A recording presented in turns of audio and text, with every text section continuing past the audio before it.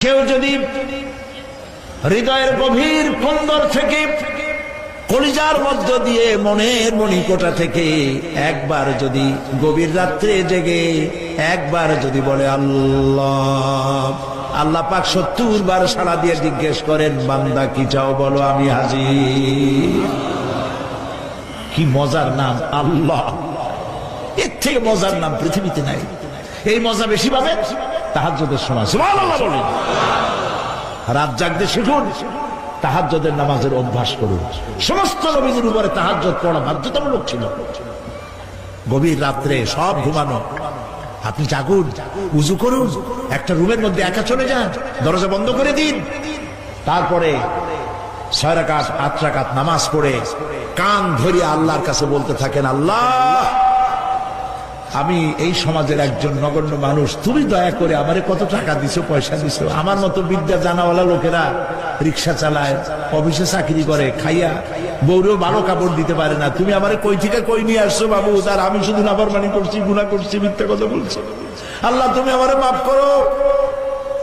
গভীর রাত্রে গুনগুন করে নিজের কানে ধরে অপরাধ স্বীকার করে কাঁদতে থাকেন আর ডাকতে থাকেন, ইয়া আল্লাহু ইয়া রহমানু ইয়া রহিমু ইয়া হাইয়ু ইয়া কাইয়ুম। পড়েন, ইয়া আল্লাহু ইয়া রহমানু ইয়া রহিমু ইয়া হাইয়ু ইয়া কাইয়ুম, ইয়া আল্লাহু ইয়া রহমানু ইয়া রহিমু ইয়া হাইয়ু ইয়া কাইয়ুম।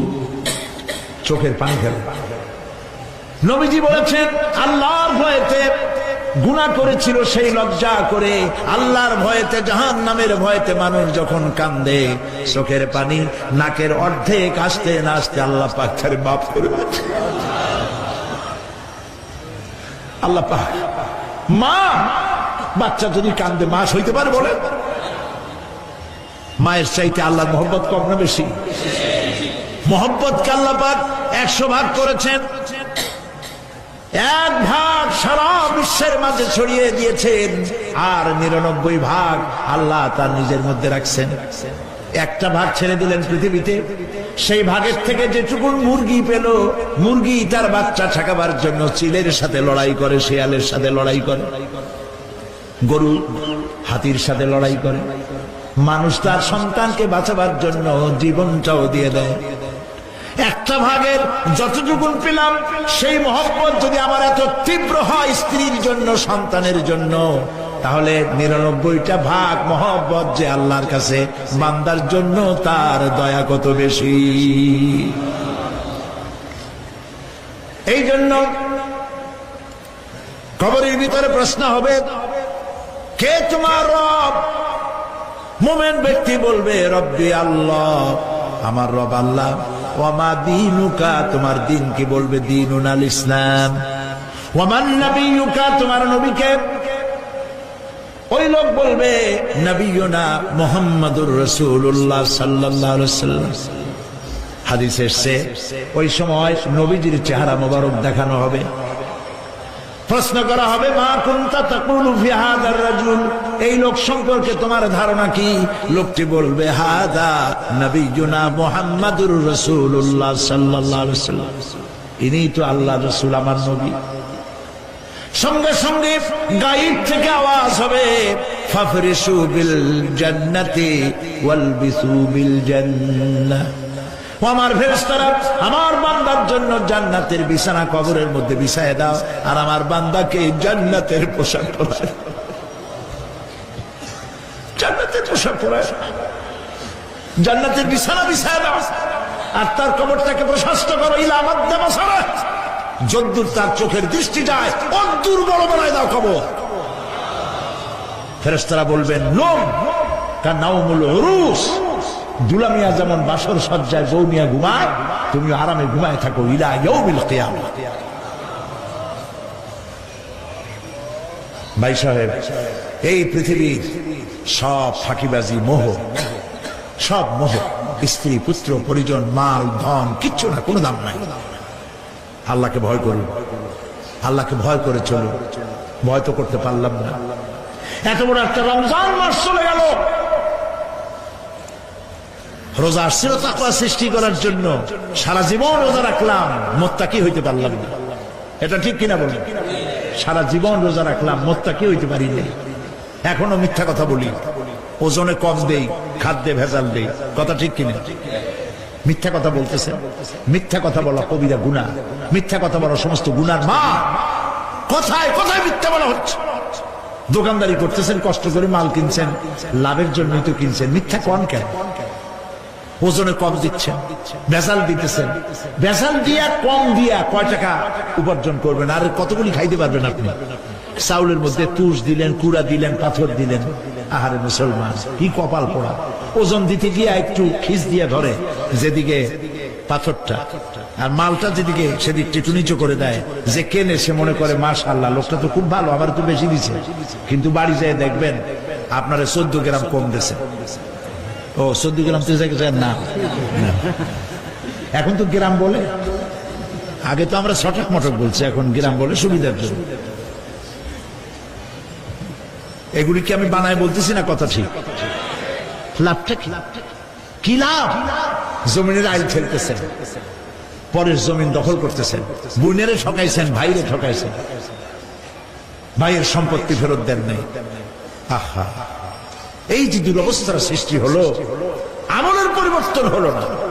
মসজিদ বানাইছি সব দালান, মসজিদগুলি সব বিল্ডিং হয়ে গেছে।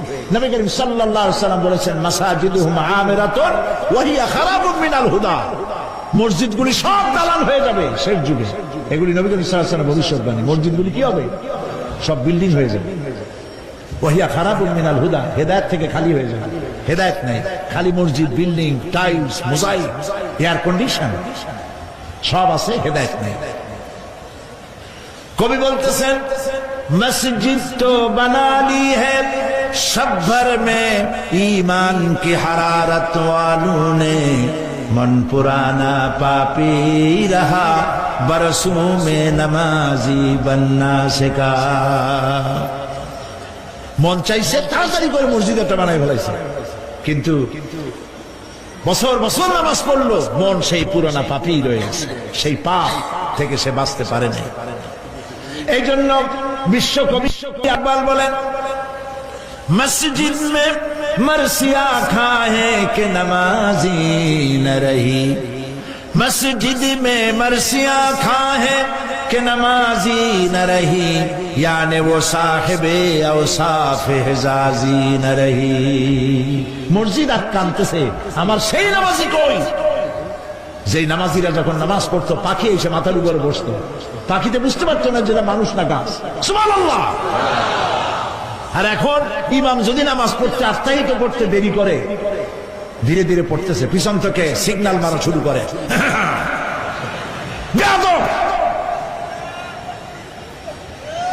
ইমাম যদি নামাজের মধ্যে, ইমামকে কখনো গলায় কাশি দিয়ে আপনি ডিকটেট করতে পারবেন না, বেয়াদবি, নামাজ নষ্ট হয়ে যাবে। অনেকে করে কিনা বল, ওর নিজেরটা শেষ হয়ে গেছে, এই জন্য ইমাম করে না কেন, সেই জন্য কাশি দেয়। এটা ফাজলামি করার জায়গা না। প্রিয় ভাই সব, সুতরাং আমল যদি ভালো না হয়, মসজিদ সুন্দর বানায় লাভ হবে না। আমল যদি ভালো না হয়, সুন্দর জামা টুপি পরে কোনো লাভ হবে না।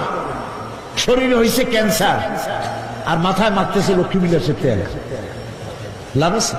বলেন লাভ আছে? কোনো লাভ নেই। আমল পরিবর্তন, মিথ্যা ছাড়তে হবে, মিথ্যা ছাড়তে হবে। ওয়াদা করতে পারবেন যে মিথ্যা আর বলবো না? পারবেন? ওজনে কম দেব না, ওয়াদা করতে পারবেন? জমিনের আইল ফেলবো না, পরের হক নষ্ট করবো না, অহংকার করবো না, পারবেন? তাহলে জান্নাতের রাস্তা ক্লিয়ার হবে, নইলে ক্লিয়ার হবে না।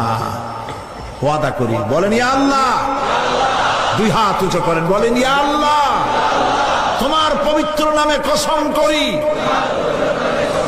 ওয়াদা করি, যতদিন পর্যন্ত মালাকুল মউত আমার মাথার কাছে না আসতেছে, ফরজ নামাজ, ফরজ রোজা ছেড়ে দেব না।